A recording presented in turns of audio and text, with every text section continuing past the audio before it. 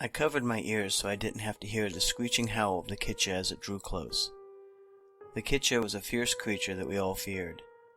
No wonder why the elder peacekeeper had declared a curfew for us after the setting of the second sun. I watched this creature through the protection of the barred window and prayed for the poor soul who didn't obey the curfew. Moslows were the preferred choice for these ferocious creatures. Its razor-sharp teeth, that had saliva dripping off of them, could cut through our tender flesh like cutting shears can cut through paper. It shook its head, its mane of thick black hair fanned out as he tossed his victim to and fro. Its pointed ears were erect as the victim let out a blood-curdling scream which was instantly cut off as it bit through the victim, slicing him virtually in half. Swallowing half of the body, he swatted at the torso as his massive claws tore through the rest of the body. Using his long tail, he swiped playfully at the lifeless corpse and brought it close to his mouth, swallowing it whole.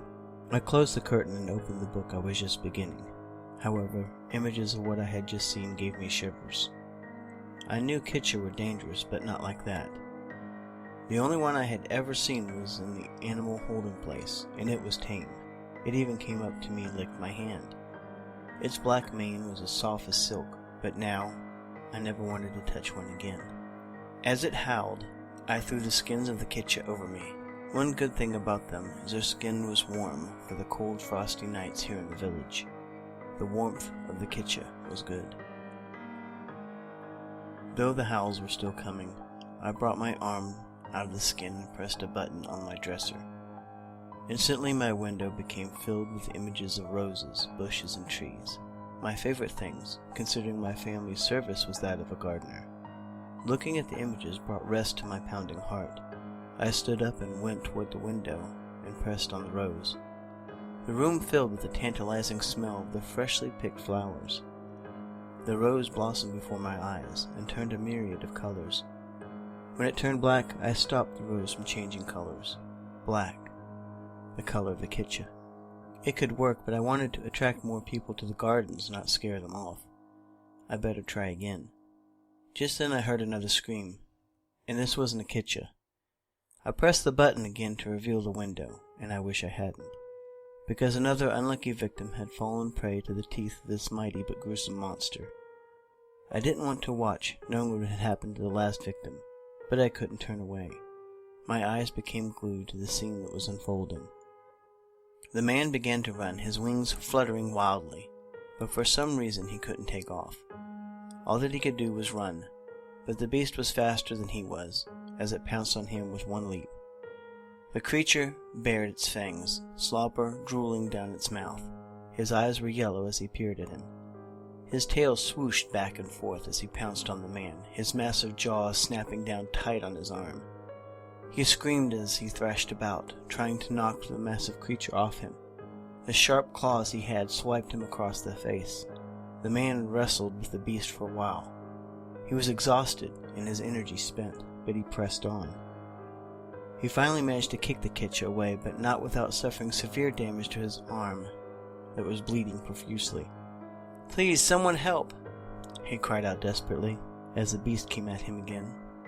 Minnow had been weakened by blood drained from his body. He laid there, letting the beast have his way with him.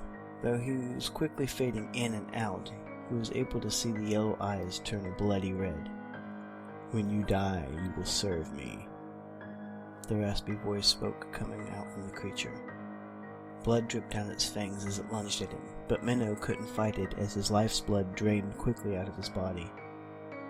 He didn't want to die to serve this creature, the demon who was from the netherworld.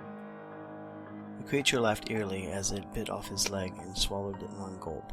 By now, the man had passed into shadow. The creature felt itself getting stronger and prowled the grounds for more to eat. It sniffed. Sensing fresh blood, it moved on. "By the hand of D, I will not be able to sleep tonight. How can I when 2 people have been mercilessly killed? Even when the peacegiver orders for criminals to be thrown into the den with these kitcha, I will not participate." That night I tried to get to sleep, but every time I closed my eyes I could see those yellow eyes. putting the blanket over my head to get its image away, but it came after me, haunting me, taunting me. I hummed, I meditated, but still called out to me. Finally, getting fed up with these horrifying thoughts, I cautiously poked my head out of the blanket and pressed a button above my bed. Light instantly flooded my room, and I knew now that I was safe. Or was I? What was that shadowy figure across my wall? "I will get you yet," a voice blared in my head as the shadow on the wall moved. My heart pounded loudly against my chest. My bed began to shake as uncontrollable chills racked my body. The shadow on my wall became a hissing, growling monster at the edge of my bed.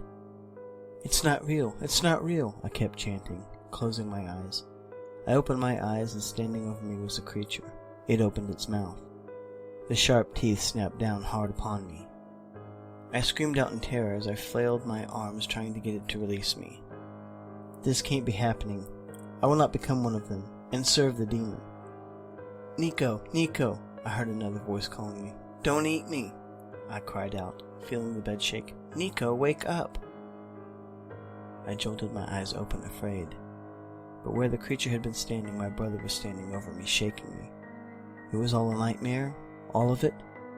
As my heart settled back into its normal rhythm, I cautiously pulled back the blanket, put my slippers on, and drew back the curtains. Everything was quiet. The moon was shining, the crickets were chirping, and all was quiet. I couldn't believe it had all been a nightmare. It made me wonder. For all I saw were yellow eyes peering back at me.